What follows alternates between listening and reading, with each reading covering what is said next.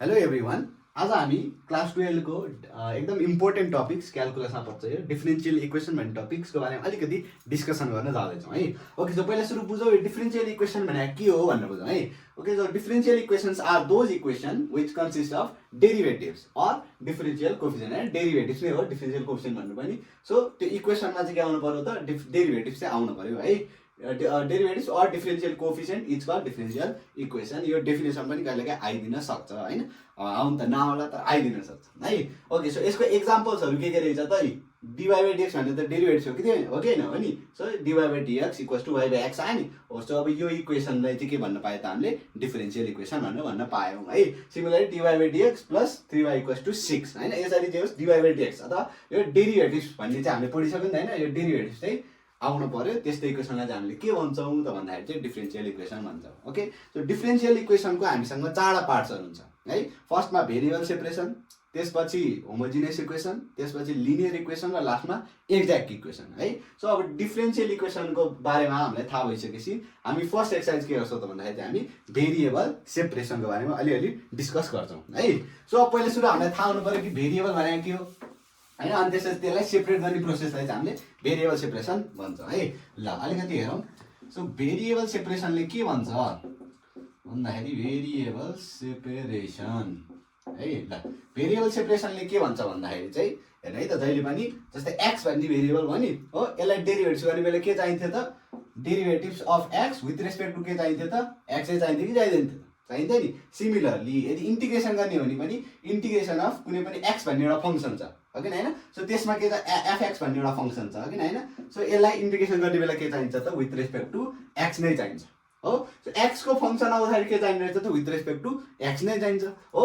अब यदि वाइ आउने हो भने फङ्सन अफ वाइ हुने भने फेरि के चाहिन्छ त विथ रेस्पेक्ट टु वाइ नै चाहिन्छ हो कि हो। So with respect to x with respect to y, कुन केसमा एक्स भएको बेला with respect to x, y भएको बेला विथ रेस्पेक्ट टु वाइ हो कि नै। सो यसरी चाहिँ हामीले भेरिएबल्सहरूलाई होइन चाहिँ छुट्टा छुट्टै छ अरे। मानौ त डिवाई छ अनि अगाडि एक्स आइदियो हो। अब यसको त काम कुरो गर्न मिलेन हो कि नै। सो अब यसलाई चाहिँ हामीले मिलाएर छुट्याउँछौँ, एक्सलाई डिएक्स भाटी पुऱ्याउँछौँ र वाइ छ भने डिवाई भाटी लिएर आउँछौँ। त्यो प्रोसेसलाई चाहिँ के भन्छ त हामीले भेरिएबल सेपरेसन भनेर भन्छौँ। जस्तै एउटा सिम्पल एक्जाम्पल लियौँ है त। जस्तै मैले एउटा एक्जाम्पल के लिएँ त dy by dx equals to y by x भन्ने एक्जाम्पल लिएँ हो। अब हेर्नु त यहाँनिर भेरिएबल के छ त सेपरेटेड फर्ममा छ त छैन हो कि नै। यहाँनिर y को भाटी जानु पर्यो, यहाँ dy भाटी जानु पर्यो विथ रेस्पेक्ट टु y भाटी जानु पर्यो हो कि नै। सो x चाहिँ को भाटी जानु पर्यो त with respect to x that is dx भाटी जान पर्यो है। सो अब यहाँनिर अर्को कुरा के पनि बुझ्नु पर्यो भन्दाखेरि चाहिँ डेरिभेटिभ्स र इन्टिग्रेसन भन्ने एक प्रकारको अपोजिट हो। सो हेरौँ त dy by dx with respect to x कहाँ तल आहा नि हो कि नै हो। सो डेरिभेटिभ्समा के हुन्छ त विथ रेस्पेक्ट टु एक्स तल आउँछ। त्यसरी नै अब इन्टिग्रेसन त्यसको अपोजिट हो कि नै। यहाँ तल आयो भने इन्टिग्रेसनमा जहिले पनि कहाँ आउनुपर्छ त यो कुरो माथि आउनुपर्छ। जहिले पनि dx with respect to X के हुन्छ त माथि नै हुन्छ है। सो डिफरेन्शियल इक्वेसनको भेरिएबल सेपरेसन भन्ने पार्टमा पनि हामीले के गर्छौँ भन्दाखेरि चाहिँ विथ रेस्पेक्ट टु एक्स भओस् विथ रेस्पेक्ट टु वाइ भओस् जेसुकै भओस् होइन। So with respect to X अथवा विथ रेस्पेक्ट टु वाइलाई हामीले माथि नै राख्छौँ, तलपट्टि राख्न पाइँदैन है। ल हेर्नु त अब अहिले त डिएक्स तल छ नि त, सो यसलाई माथि राख्नु पऱ्यो भन्नु है। अब यसलाई यदि मैले भेरिएबल सेपरेसन गर्ने हो भने के भन्न पाउँछु डिवाई जस्ताको तस्तै हो। डिवाई वाइ यता माथि मल्टिप्लाईमा थियो, यता आउँदाखेरि के भयो त डिभिजन भयो हो इक्वल्स भयो नि त। डिएक्स यतापट्टि डिभिजन आएको थियो, उता जाँदा के भयो त माथि मल्टिप्लाई भयो हो।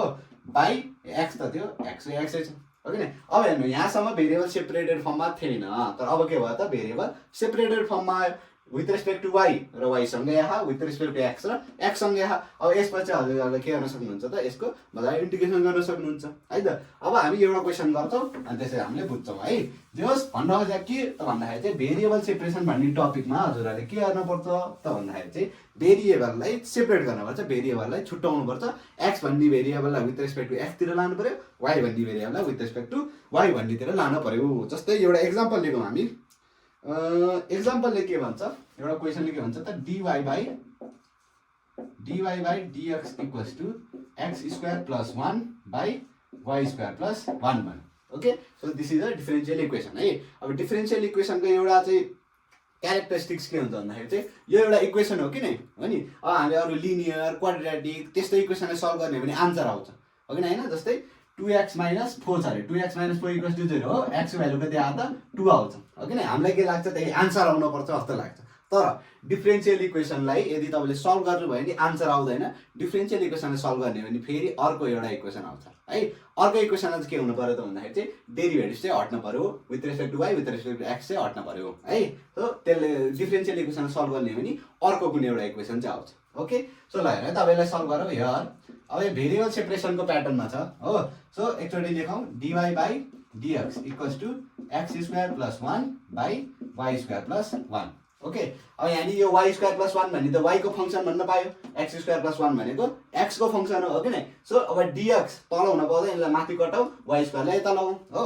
सो अर वाई स्क्वायर यता आउने भने के आयो त वाई स्क्वायर प्लस 1 डिवाई जस्ताको जस्तै हो इक्वल्स टु यहाँनिर एक्स स्क्वायर प्लस 1 थियो, एक्स स्क्वायर प्लस 1 डिएक्स यता आयो भने चाहिँ डिएक्स जस्ताको जस्तै है। अब अझै पनि इन्टिग्रेसन गर्न मिले छैन, त्यही भएर मैले मल्टिप्लाई गर्दै त or y square into dy y square dy plus 1 into dy dy equals to x square into dx x square dx plus 1 into dx dx है। अब चाहिँ के गर्न पायो त यसो हेर्ने भने ल भेरिएबल सेपरेटेड फर्ममा छ, एक्स डिएक्स सँगै छ, डिएक्स सिङ्गल हुन पाउँछ, यसको इन्टिग्रेसन गर्न मिल्छ है। सो वाई स्क्वायर डिवाई सँगै छ, विथ रेस्पेक्ट टु वाई सँगै छ, सो डिवाई पनि सिङ्गल हुन पाउँछ, यसको इन्टिग्रेसन गर्न सक्छ हामीले हो। अब सबैको इन्टिग्रेसन गर्न मिल्ने भइसकेपछि हामीले के गर्छौँ त भन्दाखेरि चाहिँ दुवै साइड इन्टिग्रेटिङ गर्छौँ है। सो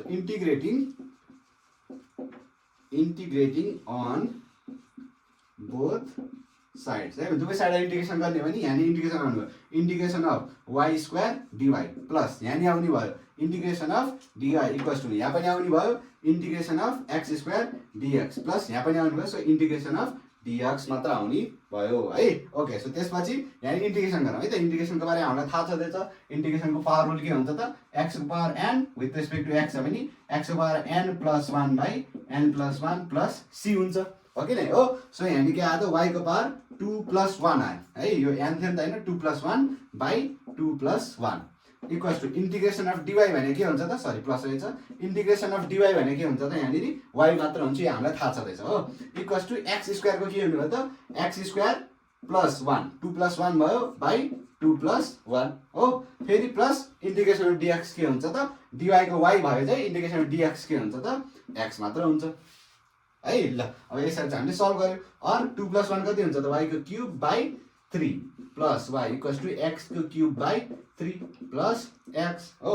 अब सबैलाई एउटै ठाउँमा लगाउन होइन हामी, that is X cube by 3 plus X पनि थियो हो, माइनस के भयो त्यो यता गयो हो होइन, minus y cube by 3 minus y equals to 0 हो कि नै। अब यहाँनिर यतिमै छोड्दा पनि हुन्छ या फिर 3 तपाईँले एलसिएम लिँदा पनि हुन्छ है। अर ल हेर्नु है त, एकचोटि 3 एलसिएम लिएर हेरौँ, और होल बाई कति आयो त यहाँनिर, ल यहाँनिर हेर्नु है त, यहाँनिर 3 एलसिएम लियो, होल बाई कति आयो त 3 आयो, माथि एक्स क्युब छँदैछ, एक्स क्युबको एक्स क्युब प्लस 3 यता गयो भने चाहिँ यहाँ कति आयो त 3x माइनस वाई क्युब छ नि होइन, यहाँनिर पनि 3 छ भने चाहिँ के थप्न परेन, माइनस वाई क्युब के छ त माइनस वाई थियो, 3 एलसिएम ल्यायो भएर 3 यहाँ पनि चाहियो भने चाहिँ माइनस 3y इक्वल्स टु कति छ त 0 छ हो कि नै हो। सो अब यहाँनिर 3 उता कटाइदिउँ, or x cube minus y cube plus 3x minus 3y equals to 3 into 0 कति हुन्छ त 0 हुन्छ हो कि नै। अब हामीले यहाँनिर एउटा कुरा अहिलेसम्म लेखेका छैनौँ है, के लेखेका छैनौँ भन्दा इन्टिग्रेसन गर्ने बेला जहिले के आउँछ कन्स्ट्यान्ट आउँछ है। सो इन्टिग्रेसन गर्ने बित्तिकै हामीले यहाँनिर कन्स्ट्यान्ट यहीँ थप्दै हुन्छ है। सो यहाँनिर सी यहाँनिर प्लस सी होइन, अब यसलाई यो 0लाई सी मात्र लेखिदिनु हुन्छ होइन, माथि पनि यहाँनिर सी आयो, 3 इन्टु सी के हुन्छ त 3c हुन्छ हो। So 3 is also constant, c भने त कन्स्ट्यान्ट भइहाल्यो, कन्स्ट्यान्ट र कन्स्ट्यान्ट मैले लगायो भने कन्स्ट्यान्ट नै आउँछ, त्यही भएर हामीले यसलाई 3c लेख्दैनौँ कि, यसलाई हामीले सिम्पली के मात्र लेख्छौँ त सी मात्र लेख्छौँ है, किन इभेन्चुअली 3 इन्टु सी भने कन्स्ट्यान्ट हो, अब कन्स्ट्यान्टलाई रिप्रेजेन्ट गर्दा जेसुकै लेख्दै नि हुन्छ हो। सो हाम्रो फाइनल आन्सर के आयो त यति नै आयो है। अब डिफरेन्सियल इक्वेसनलाई सल्भ गर्ने हो भने के आयो त एउटा नयाँ इक्वेसन आयो, तर यो चाहिँ सिम्प्लिफाइड भर्जन अफ इक्वेसन आयो है। अब यो के छ त क्युबिक इक्वेसन छ छनालाई, यहाँनिर सी छैन होइन, न त हामी सल्भ पनि गर्न सक्दैनौँ होइन। सो हाम्रो complex form that is derivatives अथवा डिफरेन्सियल कोफिसियन्टको फर्मबाट हामीले भेरिएबल सेपरेट गरेर वाई स्क्वायर प्लस 1 भन्नेलाई डिवाईतिर लग्यो, x square plus 1 Bhati dx नै लिएर यसरी चट्ट लगाएर इन्टिग्रेसन गरेर चाहिँ भेरिएबल सेपरेसन भन्ने मेथडबाट चाहिँ हामीले इन्टिग्रेसन गऱ्यौँ है। सो यसरी चाहिँ हामीले इन्टिग्रेसन गरेर डिफरेन्सियल इक्वेसन सल्भ गऱ्यौँ। सो आजको लागि चाहिँ हामी यति नै गर्छौँ।